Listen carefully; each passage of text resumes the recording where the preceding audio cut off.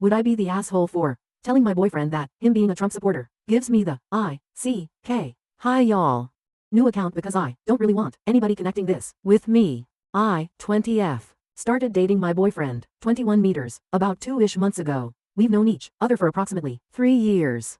We weren't initially interested in dating, but it kinda just happened. And things have been really well, except for one thing. I found out he's a Trump supporter. Now before you lecture me in the comments about how I shouldn't let politics get in the way of my relationship, please hear me out. It's just been a couple of things that have really rubbed me the wrong way about him for some reason. For context, I am a Hispanic, female immigrant, fled from a country where, if I can put it in simplest terms, went to shit, who's had nothing but bad experiences with Trump supporters because almost every single time without fail, they would always say or do something extremely demeaning to myself or my family, talking about how people like us should be deported without even realizing they are referring to us, saying that people like me are a threat to the country, slut shaming, etc., etc. I consider myself the kind of person who judges a person's character based on what they believe in, and time again, it's been proved to me that these types of people are the type I should stay away from. On the day that Trump got convicted, we started talking about politics, and he told me that he's not really a felon.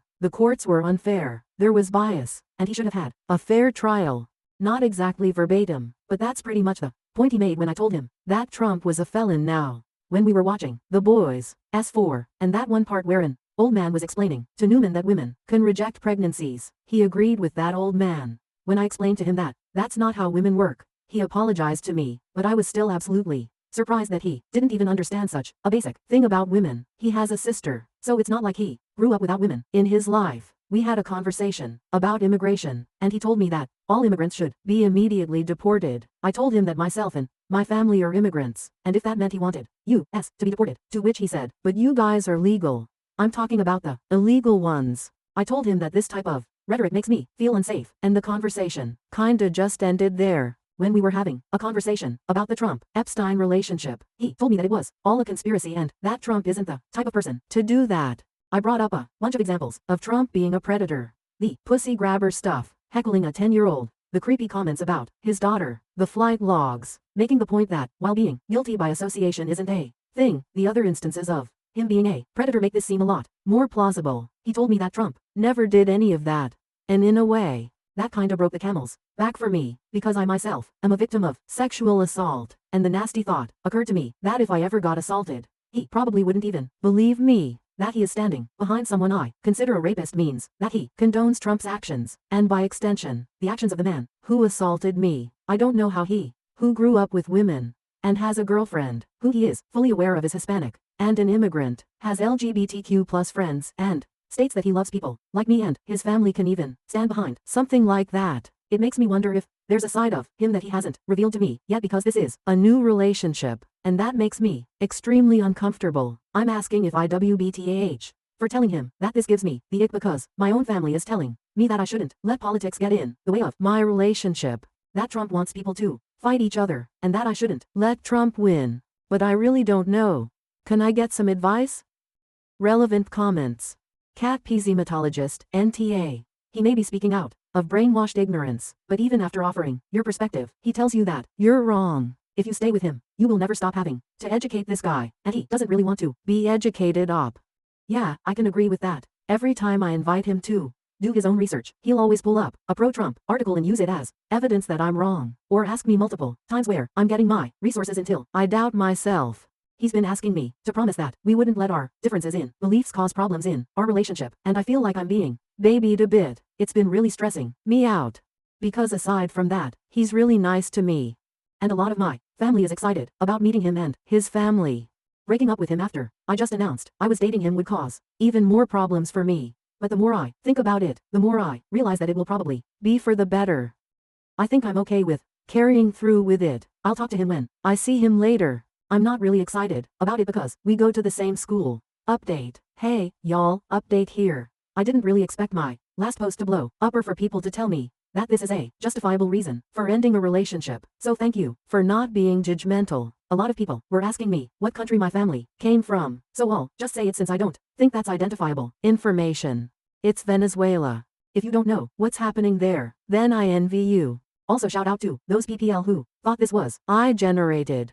I find it kind of sad that this has pretty much become the state of Reddit now. Like if you think something's just don't engage with it. That's what people who post I want from you. Don't let them win. Now on to the update.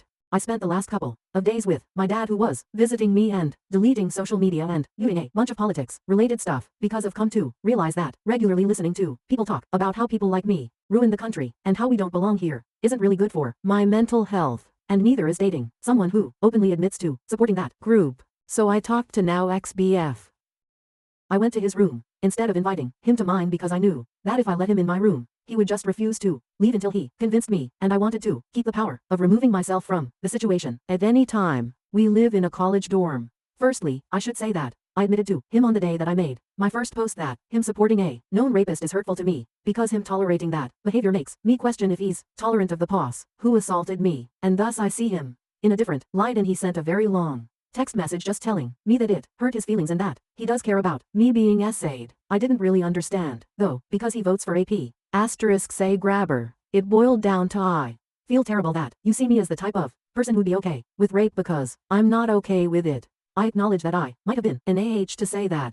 So I started that conversation by apologizing to him and then following with me just telling him that I want to end the relationship and going back to being friends. I don't think I meant the friends part, though. You can't have your cake and eat it.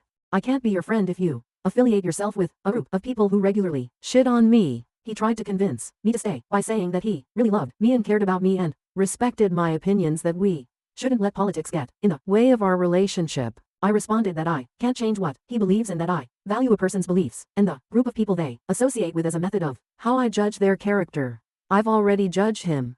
I don't like what I see, and therefore I've lost my feelings for him. He told me I was making a generalization. I told him that while it is true that I might be making a generalization, we can't change the fact that in this landscape of politics, many of my rights are in the chopping block, and that I'm already starting to resent him for not really feeling listened to when I try to talk about how anxious it's making me. He told me that none of that stuff is going to happen, and that our different opinions shouldn't get in the way of our relationship. That he's voting for because he thinks he can fight inflation and cares about military members. I told him that while I can lost a million reasons why that isn't true, that isn't relevant to the conversation. He then said that all his other relationships never consisted of talking about politics, and that this was ridiculous. I pretty much told him that he can't have his cake and eat it. I can't date someone who associates with people who give me trouble, and that this won't be sustainable. Ending is better for the both of us. I realized that this conversation was going nowhere and decided to just leave. I told him to just give up on it already before leaving. He kept asking me to stay while he thought about what to say, but I didn't. I'm just done. I don't really feel sad. I feel so relieved. I'm going to leave social media for a while and just focus on myself for a while. I'm going to therapy too. I'll stick around to read your comments. I decay how much longer I'll be able to respond though. If I go radio silent, then just take that as a sign that I'm no longer on this app. Have a nice day. Relevant comments. Maine Dennis 1974, NTA. You don't break up with him because he gives you the ick. His support of a racist and homophobic convicted felon does not align with your values. It's not a quirky little thing, like disagreeing on a choice of music or what team to root for in a game. BDW, he may claim to have all these diverse friends, but I can assure you that they do not consider him their friend with views like this. Anyone in your family's opinion about your relationship does not matter here. They aren't dating him. You are. The fact that you point out to him how you were an immigrant too, and that doesn't seem to register at all to him. Honey, he's in a cult. There's no saving him up. You pretty much summed up my exact thoughts on why his gay friend doesn't want to hang out with him anymore. I found out recently that there's a bit of a rift in their relationship, and I didn't even start thinking about why until I learned more about him. Gosh, everyone's burning bridges. Now to the next story. Story 2. Despite being the most experienced, I was overlooked for marketing team lead, and they hired an external candidate, hurting my motivation and self-esteem. Hi everyone. It's been a few months now since this happened, but I can't get past this, and I guess I just wanna get this off my chest, in hopes that it'll help me get over it. Here we go. I've been working at the same company for over 6 years. The company is medium-sized, I would say, and at the time I was hired, we didn't have a marketing department. With time the company grew, and after 1 year of working there, they offered to kickstart the marketing department. I accepted. For 2 years, I was the only person in the marketing department. I did everything all by myself. I knew how everything worked. I kept my numbers and quality high, and my manager even asked my boss to give me a bonus for my hard work. As the company grew, the work became too much for just one person, so they gave me a team. We were now 4 in total. I trained and pretty much led the team, but the thing is, my title never went past marketing agent. I thought that with all the things I'm doing, I'd at least get marketing manager by now. I expressed this to my manager, who said that they'll see what can be done. Months passed, my title remained the same, but then in a meeting with my manager one day, they told me that our boss is thinking that there should be a marketing team lead on the team. They said that they think it's going to be me. As I started off the department, trained everyone, have the most knowledge, and have been in the company for 6 years now.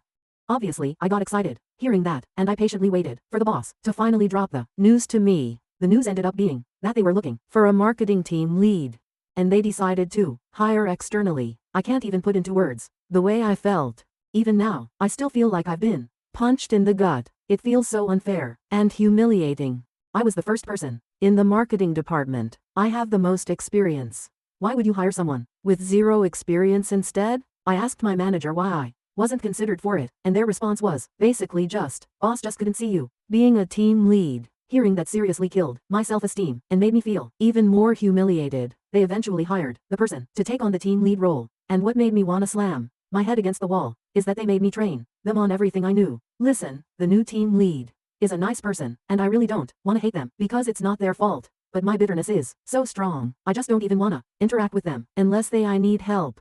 So now, I'm stuck being marketing agent forever, I guess. But what really drove me to write this on Reddit is the new team member. One person on the team left and was replaced with someone else who just started last month.